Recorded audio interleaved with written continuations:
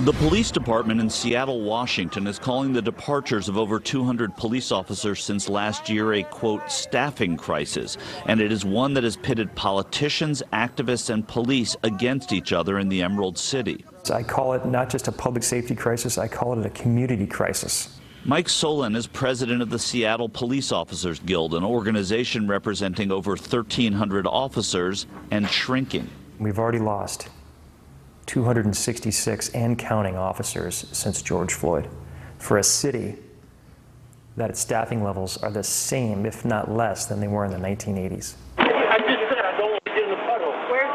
The Seattle police have been operating under a consent decree since 2012, whereby the Justice Department oversees police reform in a city familiar with issues of biased policing and excessive force.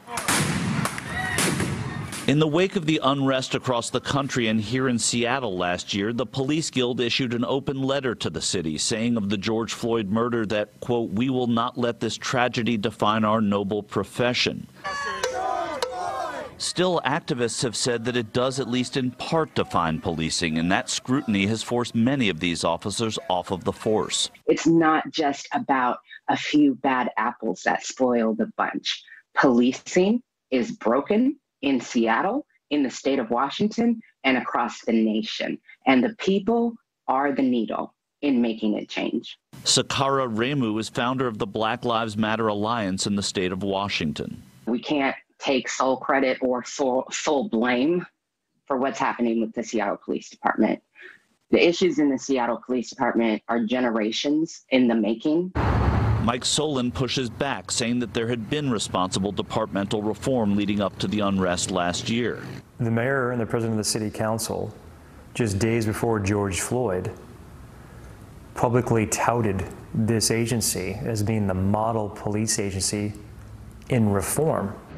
To Solon, it was a betrayal from official Seattle that became the turning point.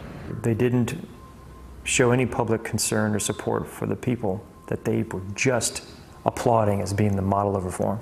To me, that's striking, and that's what's led to this staffing crisis we're in.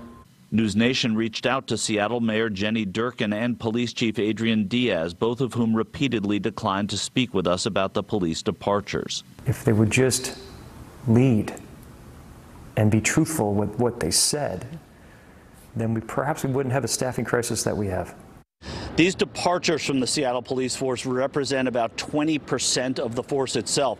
Seattle's a city of some 725,000 residents that are now policed by just over 2,000. Clearly, there are problems in the city. They're going to have to be worked out between the police and the mayor's office, as well as being able to appease the activists in this city. In Seattle, I'm Michael Schur for NewsNation.